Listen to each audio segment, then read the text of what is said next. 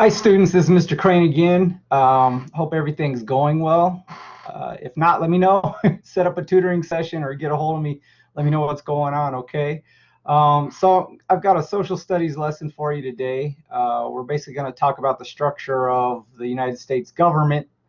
There's only so much detail we can cover in that in a normal amount of time. This will be a pretty long lesson, but it'll cover a lot of the basics of how our Congress is set up and our overall government. Just to let you know, if you need resources on this, the Federalist Papers are great. A few of our founders actually wrote those and talk extensively about how our government's set up and why that's a good thing in their minds. And so the Federalist Papers are a great resource. Article 1 of the Constitution also describes in detail much of the structure of our government. And so you can see more detail on that. They get into very deep detail there, of course, because it's instructions for how the government should function, basically. So those are a couple of really good resources there. So let's get to it. We're going to talk about some government here. Got a few slides to share with you here. So first thing I'd like to talk about is where do these ideas come from? And this is just a couple of the guys that are usually given credit for some of these concepts. There's many others before and after them. You can actually find a lot of these ideas and concepts within the Christian Bible, Old and New Testament. A lot of it is in the Old Testament and used over and over, and some of these ideas make their way back into the New Testament as well. And our founders were very aware of that and looked to that book and cited it quite extensively in their writings. Some of the other guys that were popular for providing some of these ideas, other than John Locke, but before him, we're going to talk about Aristotle and Charles de Montesquieu. So Aristotle was way before most of these other guys, and the ancient Greeks had some really interesting ideas and concepts on government philosophy along with the Romans. So Aristotle is the one, though, that we he kind of gets ripped off all through history, and we use a lot of his ideas. Not exactly the way he intended, but the basic concepts and structure of government that he put forth played a very prominent role in the minds of our founders as they studied his words and others at that time. So when we start talking about how a government should be set up, Aristotle put forth these ideas. So there's true versus despotic forms of government, or the working kind that would support rights of people versus the despotic kind, where a ruler would have selfish interest and it would probably end very badly. So he felt that there was, you could have one ruler in the good form, that would be a monarchy, a benevolent king or queen, for instance, one that has their country and their people's best interests at heart. He thought that could be a great form of government. And actually, Hamilton, one of our American founders, very much subscribed to that idea, that that would be one of the better ways to go. Now, that could take a despotic or bad turn as a form of government and become a tyranny, in which the king or the ruler, who has all the power, absolute power basically, would start doing what he wanted for himself, and that would lead to persecution and even in some forms very violent punishment of those that disagreed with him. So you can also have a few rulers, according to Aristotle. In a good form, that would be an aristocracy, a few rulers, like a council or a certain group of people that would kind of run a nation and, again, have the best interest of the people at heart. That can turn into a very bad form of government also, which would be called an oligarchy, in which you have a council or a group of people that become very selfish and just try to hold on to their power and usually treat their people very poorly. And there's not a lot of rights there. And then you can have rule by the many. And you've probably heard the term democracy. This is actually the despotic form, according to Aristotle, in which you basically have mob rule or majority rule. And eventually they figure out that they can vote or whatever the mechanism in their government is, decide to take property from the other group, the smaller group, which is usually the richer people or more wealthy people. And so you have one group basically taking from the other through legal power. And we're going to talk a lot more about that as we talk about the ideas of socialism and Karl Marx, which kind of hinge upon that. Then you could also have a polity, or rule by the many, in which again they have the best interest in mind of the people, and so that would totally manifest itself in a different way than a democracy, where people are just being greedy and trying to take from others, take property from others, money or wealth from others, property, land property, for instance. So these are basically the three types of government Aristotle described that can happen and can run and function, at a level where the civilization can grow. Again, they can have good intentions or bad intentions, and can turn out totally differently, even with the same structure. Okay, so the next guy, and I guess I should tell you that if you look at our Congress, it's going to be based upon this form. We actually incorporated all three of these into the United States Congress. So you have rule by the one, which would be our president or our executive branch. You have rule by the few, again, which would be kind of our senator branch of Congress. And you have rule by the many, or at least the many can express their desires and thoughts and beliefs, and that would be through the House of Representatives. And I'll talk more about that in a second. Next guy is Charles de Montesquieu. He was from France, French baron and philosopher. He wrote The Spirit of Laws in 1777 and wrote extensively about three branches of government and how that should be carried out. A lot of people like to say he totally ripped this off from Aristotle, and I guess the basic concept he did, but he does kind of expand upon it with details of how it should actually be structured, how these guys should be elected, etc. So he fills in some of the details that maybe Aristotle wasn't too concerned about. So yeah, he kind of does rip it off, but he also builds upon it too. So he said the best way to have a government is with three branches. You should have a legislative branch, which is where you create laws. You need an executive branch that would make sure the laws are enforced, and you need a judicial branch to interpret laws. And so again, this is exactly what our founders have built with our Constitution. Now, he also believed in separation of powers, which means the branches are split up so one cannot get too much power. In other words, they have to compete for power, and each one could stop the other two from becoming too powerful, was the idea. And again, this is the model for our government. So these are some of the ideas of Montesquieu, and you'll hear about him extensively. If you have to take a state exam on government or U.S. history, he will be on there. So make sure you're taking good notes. I should have said that at the beginning. Take notes, lots of notes. Come back and review this once in a while, okay? All right, so let's actually look at what we have in our Congress. I hope that's not too hard to read.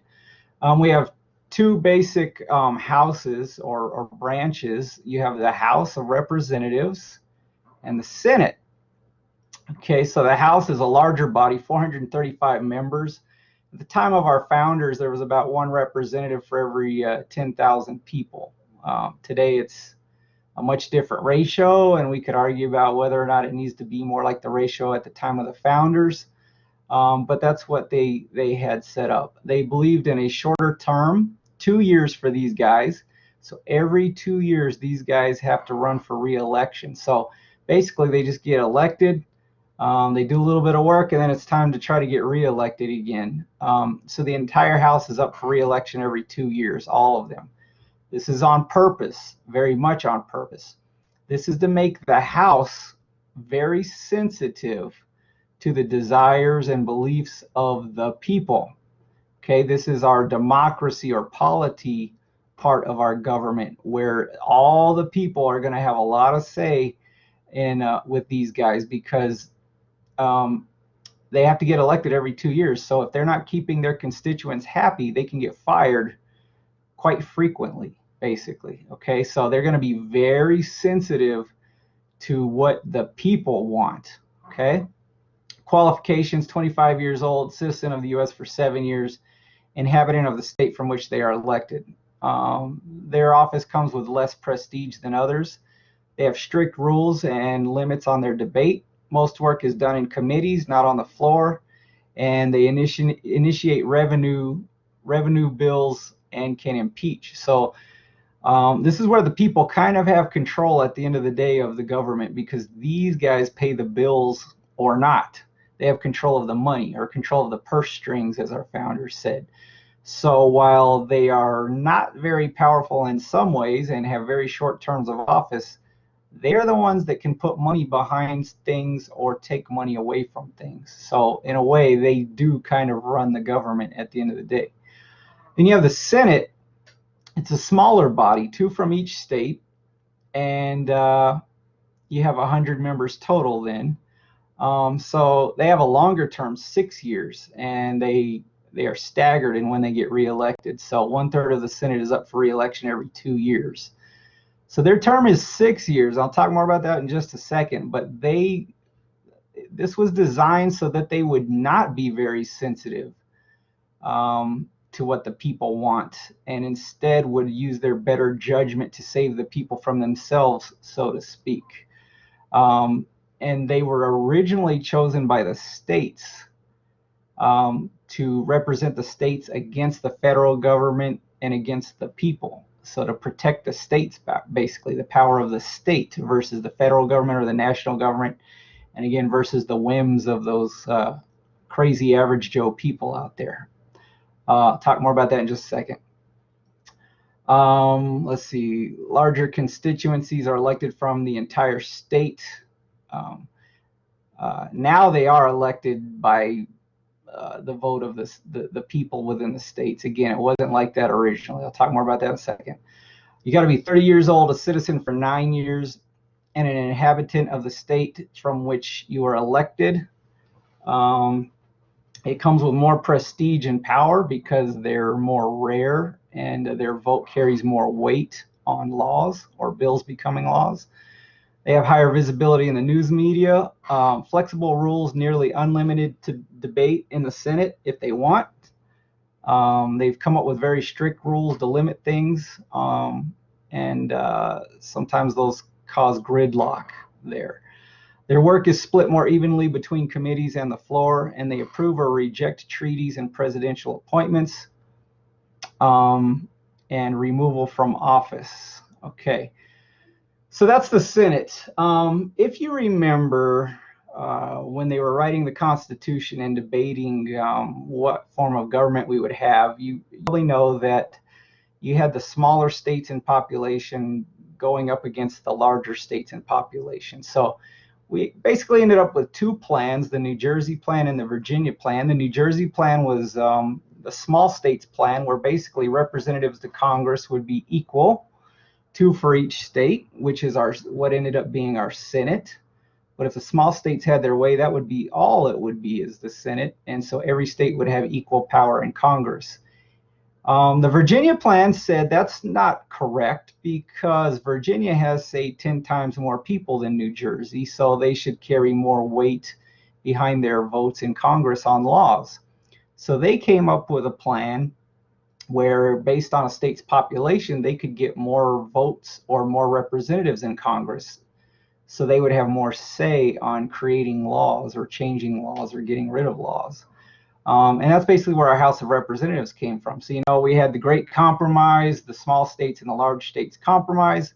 And so for a bill to become a law, it has to go through the small state plan, which is the House of Representatives, or I'm sorry, the large state plan, which is the House of Representatives, where larger states have many more votes. But then it also has to pass the Senate. A bill has to pass the Senate to become a law, which is where every state is equal. And this is what made the smaller states comfortable with doing this, so they wouldn't get bullied by the bigger states all the time. So that's how that happened. Now, It's a little more complicated than that, though. So there was a great debate also when they were writing the Constitution, and one of the things they argued a lot about is term limits.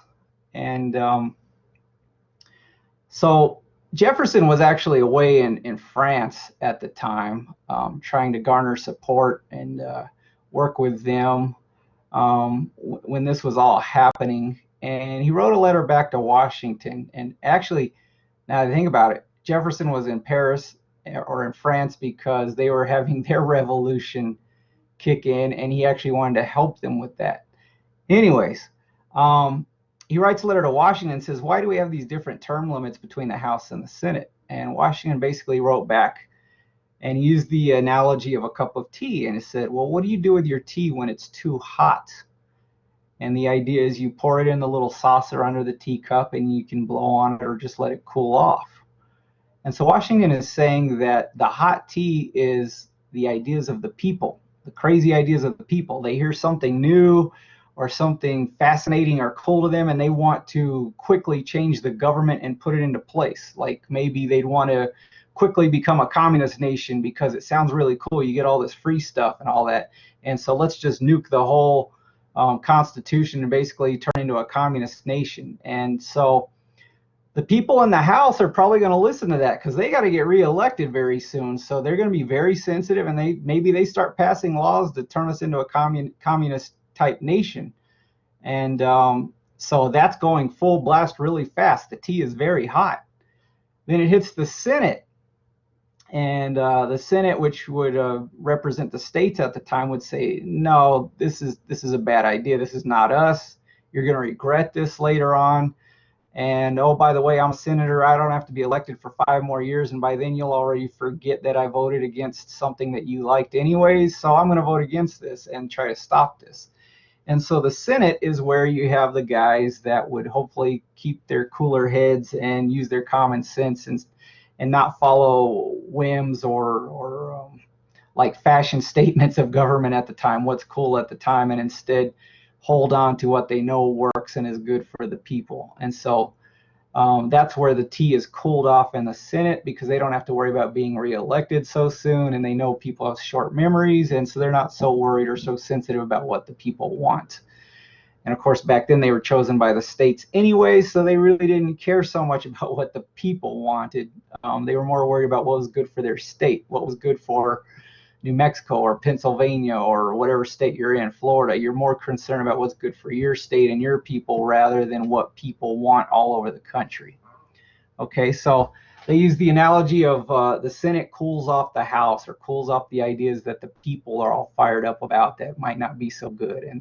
And they let their passions take over and don't think it through. And they just, hey, let's support this. This sounds good. And it could help me and my selfish self get stuff. Okay, so that's why the term limits are different, and that's a key component of our Constitution and our Congress, was that in the original design, the Senate would stop the crazy ideas of the people, the average Joe people, and have cooler heads about things, okay? So if you think about it, if you go back to Aristotle's example, again, just to make sure you understand this, the House is our polity, or if it goes bad, I guess could be our democracy. The Senate is ruled by a few, only 100 guys with 50 states. That's our aristocracy, or again, if it goes bad, could be our oligarchy. And the president would be the monarchy form or the tyranny form. Now, the other cool thing about Aristotle on this that I haven't talked about yet is, why do you want these 3 branches in the United States government? And this is what the founders thought, and especially Madison talks about this in the Federalist Papers. If you want to avoid having a revolution because people want more power or control, you need to have all 3 of these going at once. You're going to have those super powerful, influential guys that are very charismatic, and they need an outlet in government.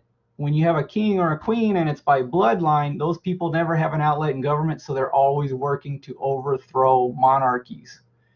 So he wanted to avoid that in our government, and so we give them the outlet of they can run for president and be kind of like a king or queen and have all that influence and power and prestige. And so there's the outlet for those very charismatic, powerful, probably rich people to serve in our government, and they won't work to overthrow it because they could just, if they lose an election, they can always run again later.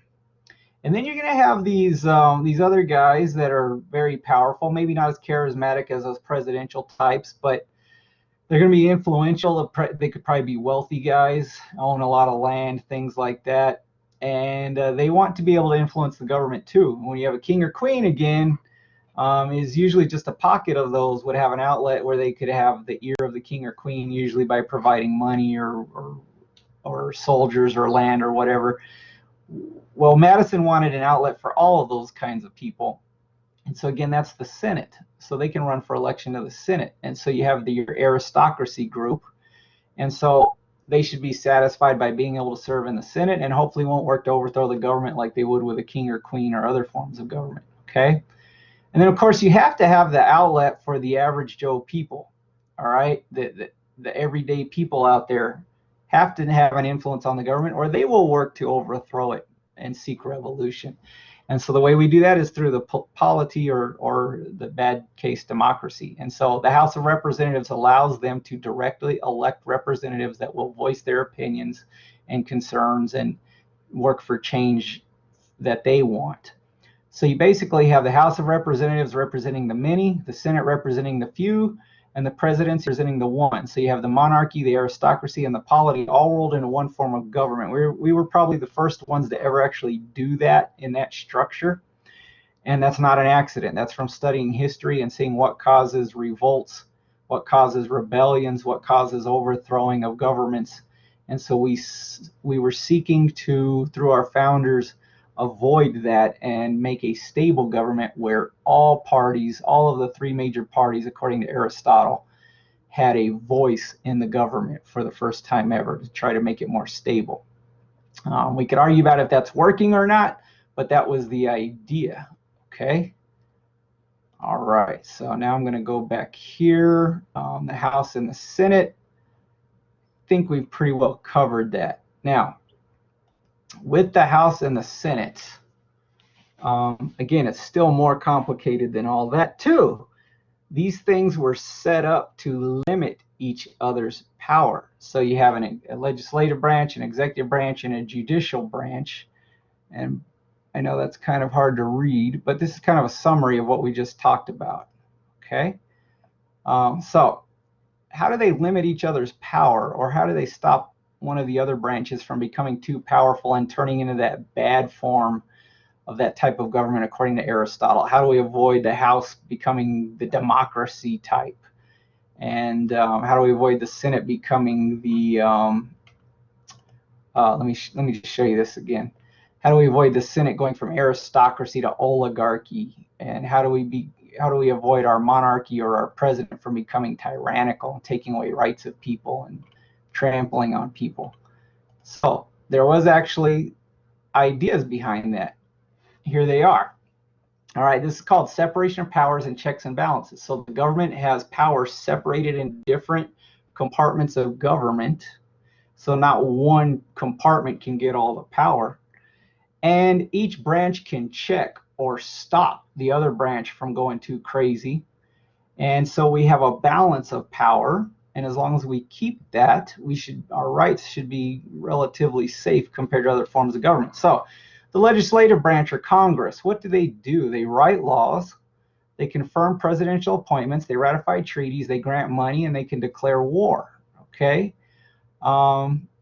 The executive branch proposes laws. This is the president, administers the laws, commands armed forces in case they have to make sure laws are enforced, appoint ambassadors and other officials, conduct foreign policy, and negotiate treaties. And then the judicial branch, which at the top is our Supreme Court, interprets the Constitution and other laws, which was not exactly originally what they were supposed to be doing, but that's what they're doing now, and reviews lower court decisions.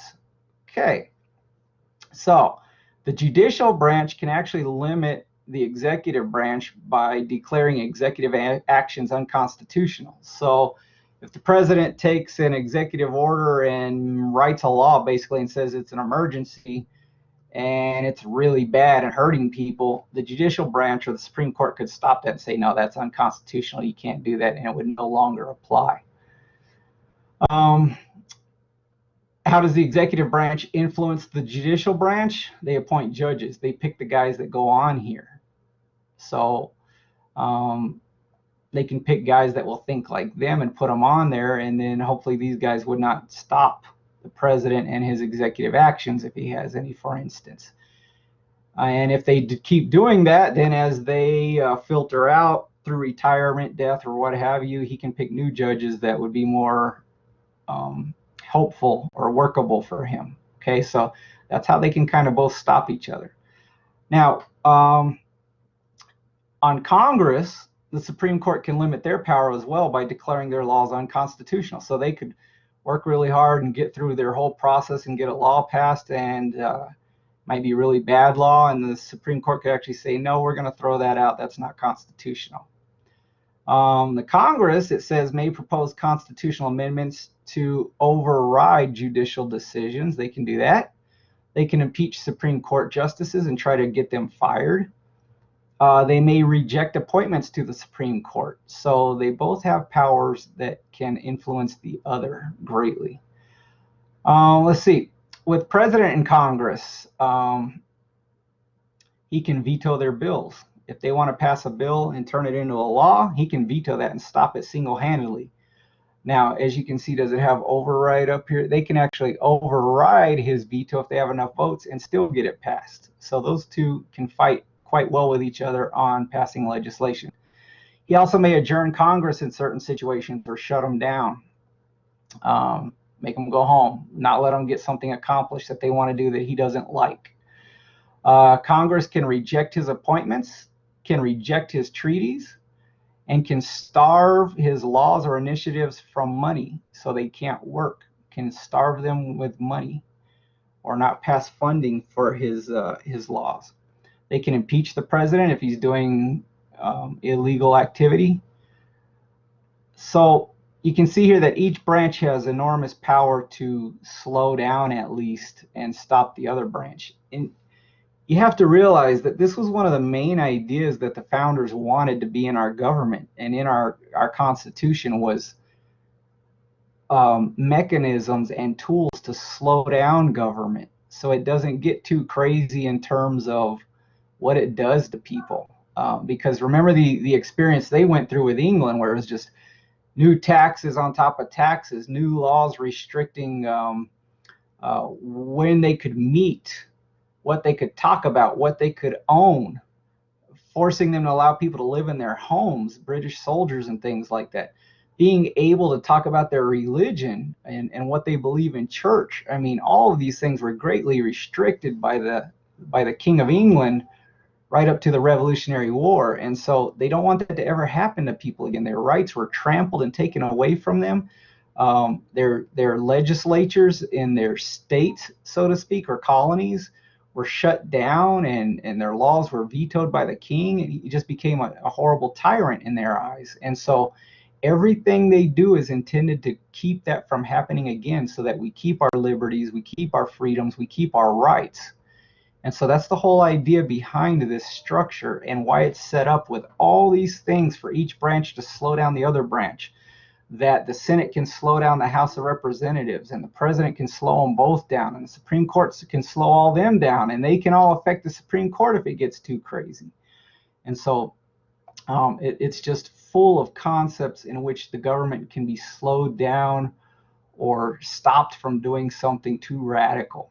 And they believed that that was absolutely necessary, and that's the point of our whole Constitution, basically, is to protect your freedoms and your liberties and protect the states against the federal government and the people against both of them. So that's why this is like this, okay? And that's very important. That's the whole main idea behind all this studying of history, of these Greek philosophers, of the Enlightenment philosophers, of ideas in the Christian Bible, and all these other concepts along the way. The founders studied them heavily to try to come up with something, again, to stop revolution and rebellion due to tyrannical governments. And the way to do that is, first you stop the tyrannical government from ever happening by being able to slow it down. But second, you have outlets for all those ambitious people to serve in our government and influence it, so they don't work to undermine it as well, as happened under monarchies and emperors all through history. So there's a lot of thought and a lot of detail and a lot of studying and homework done behind our Constitution and the exact structure of it. Every little detail was put into place for a reason.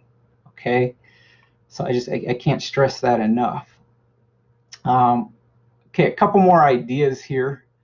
Where do I want to go next? Let's just look at kind of what happens for a bill to become a law. So HR would be a House bill, S2 would be a Senate bill.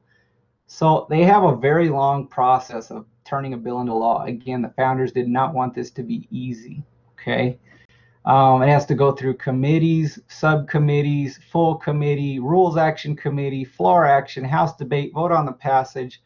They have a conference where they reconcile the Senate and the House version, and then it goes to the president, and he can still sign or veto it. So you can have thousands of bills proposed every year, and only hundreds or maybe even just 100 in some years will actually be voted on and either passed or rejected. So most bills never see the light of day in terms of becoming a law.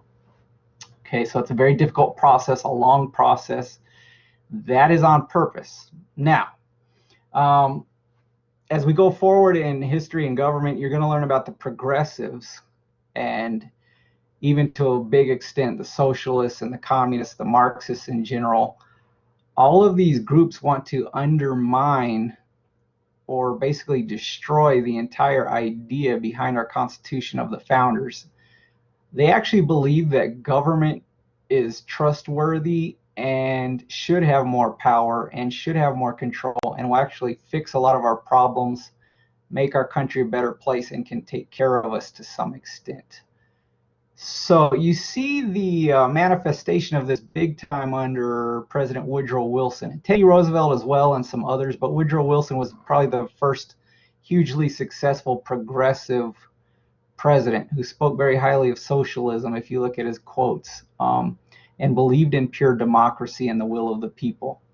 And so his main goal as president was to take off all the restraints on our government, unleash it. And he wanted to get to more of a European form of government where they have a parliament and they can act very quickly and change governments very quickly also, and don't have all these restrictions on their government, so they can make more laws much faster and change things much faster and much deeper changes. And so he actually got our Constitution amended. And so that's when you started having direct election of senators. So he's basically wanting more democracy or more polity in his mind, giving the people more control. So they get to elect the representatives and the senators. This also destroyed the strength of the states to fight back against the federal government because they no longer get to pick senators to represent them in Congress. And so if you think about it, if that had never happened, for example, the law known as Obamacare probably would have never been passed, because within that law, the national government basically dumps a ton of the expense on all the states and says, you have to figure out how to pay for this stuff. Like you have to run your own Medicare, Medicaid programs, other social welfare nets to help people and save people when they're in need. You're going to have to take care of that now because we're going to use our funds for Obamacare and the health insurance thing. And so now the states couldn't do anything about it.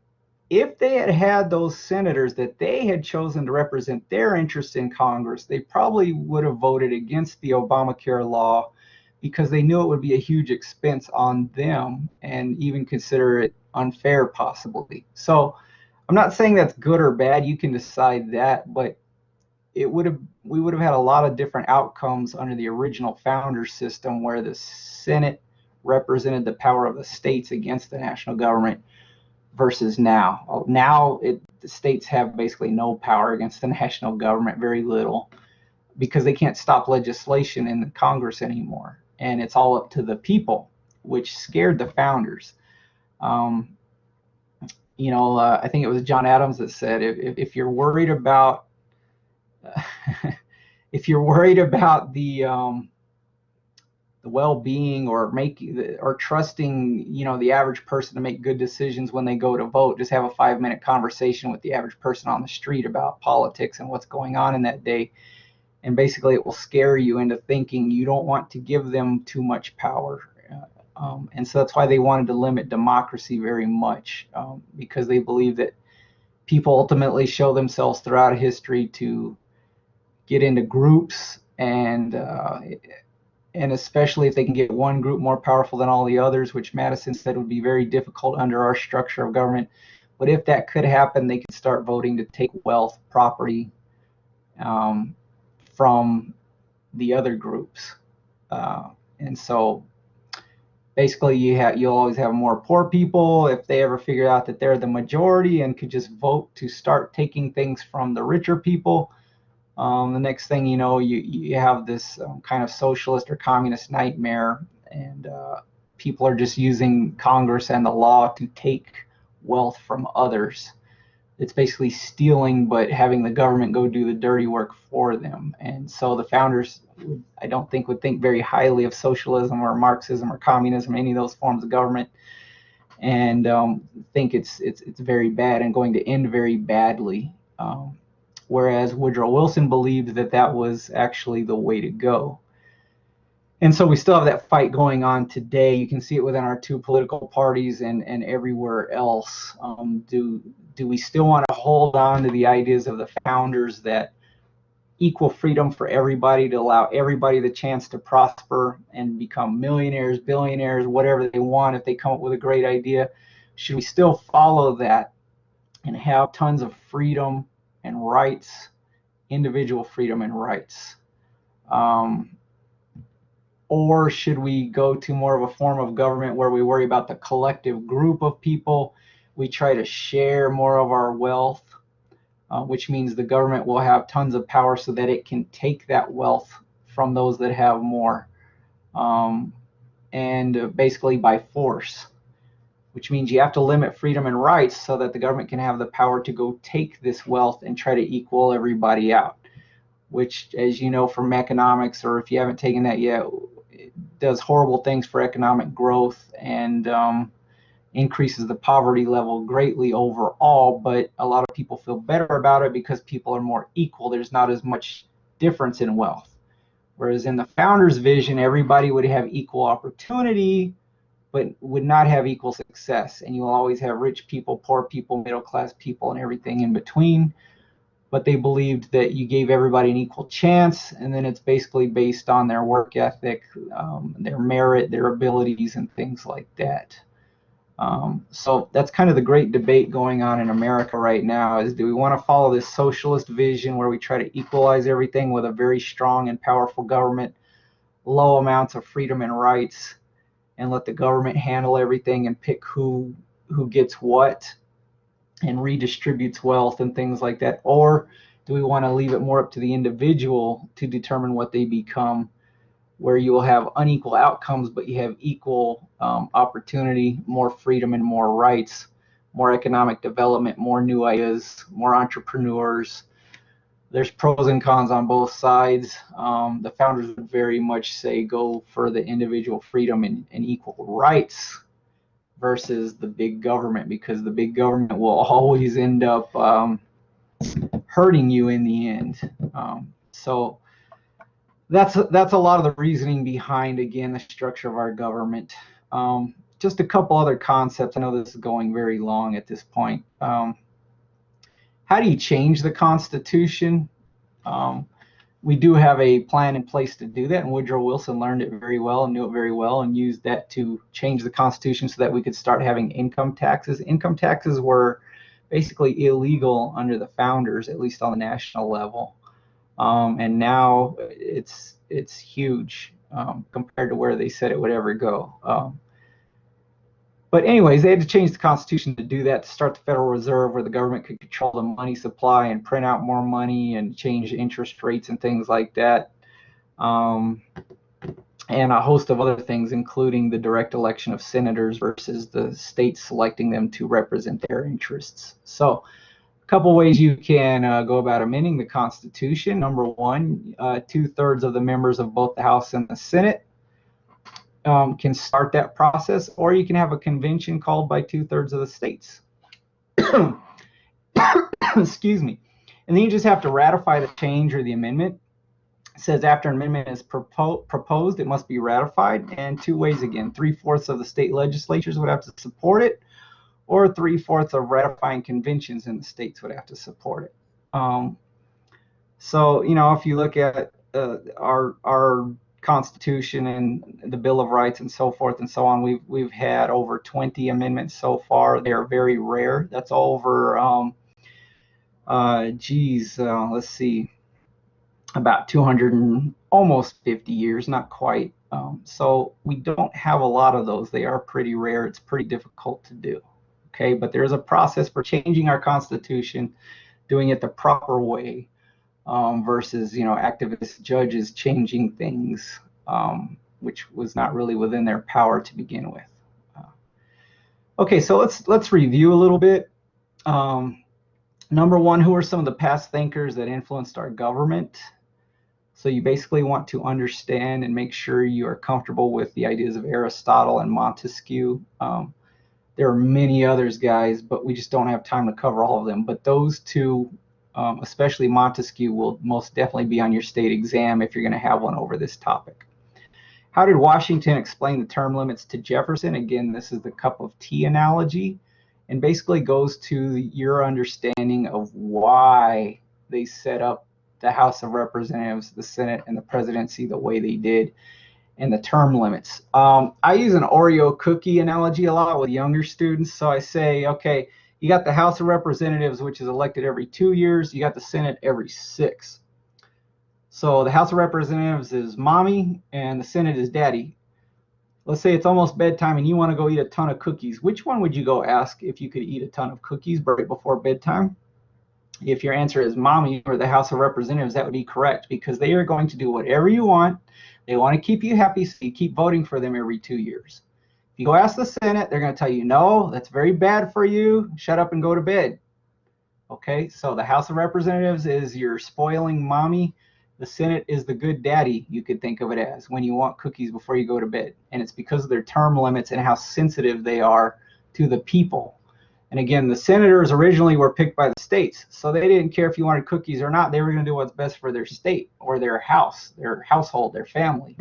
Whereas the House of Representatives, they're directly elected by you every 2 years, which is very fast. So they got to keep you happy and keep you wanting them to come back to keep their job. So they are very sensitive. So they will give you the Oreo cookies before you go to bed. The Senate will not. Go ask mom, not dad. Okay.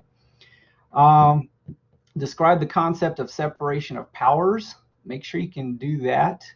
Why did they separate powers into different branches? And that all ties into the next question. What does the phrase checks and balances refer to? And how does each branch have power over the other one to stop them from going too nuts in terms of being tyrannical or taking away rights? Is democracy good or bad? This is more of a rhetorical question just for you to think about. You turn on the news today, they say the United States is a democracy, democracy, democracy, democracy. Some will say democratic republic, and some will say we are not a democracy at all and never were meant to be. That word is so used wrongly all the time now. It's almost sad. But just think about that. Is democracy good or bad? Which basically means the majority of the people can vote for something to happen. Is that good or bad? What would the founders say? What would Woodrow Wilson say? What do you think? If you want some extra credit, answer that question in a short paragraph and send that to me, and I'll drop your lowest grade and replace it with 100. I'd love to know what you think, but you got to show me that you understand the concept. You got to tie in the founders and you got to tie in Woodrow Wilson, and then you got to come to your own conclusion. Is democracy good or bad? And number 6, why have major changes been made to our Constitution, like the direct election of senators? Why did Woodrow Wilson and the progressives want to basically rip apart our Constitution in the way the founders built it? What do they believe that the founders didn't believe? And again, this basically comes down to your idea of government. Is it really good or really bad? Is it something that you want running everything? Or is it something like the founders thought you want to keep as small as possible so it can't hurt you? What do you think about government? And that would probably determine a lot of what you think about things going on in current events too. It kind of affects your worldview greatly. Um, were the changes to our Constitution good or bad? And basically, this just ties into that other question again. Do we want to be a government that tries to provide equal freedom and rights to everybody, equal opportunity? You have the opportunity to become as wealthy as you want to be, or be as poor as you want to be, or anywhere in between. There's no guarantee you'll be successful or not, but at least you have equal chance compared to everyone else. Or do we want to be that government that tries to force us all to become more equal in wealth by taking from those that had more and redistributing it to those that had less? And all of the good and bad that goes along with that, which there is a ton. Okay? So just think about those questions, and if you want to write some up, send it to me again. I'll drop your lowest grade and replace it with 100 in your class. And if you have any questions on any of this, let me know. Again, good resources are the Federalist Papers and, of course, Article 1 of the Constitution. All right. You guys take care. Let me know if there's any other topics you would like me to cover and if you have any questions or anything. Have a great week.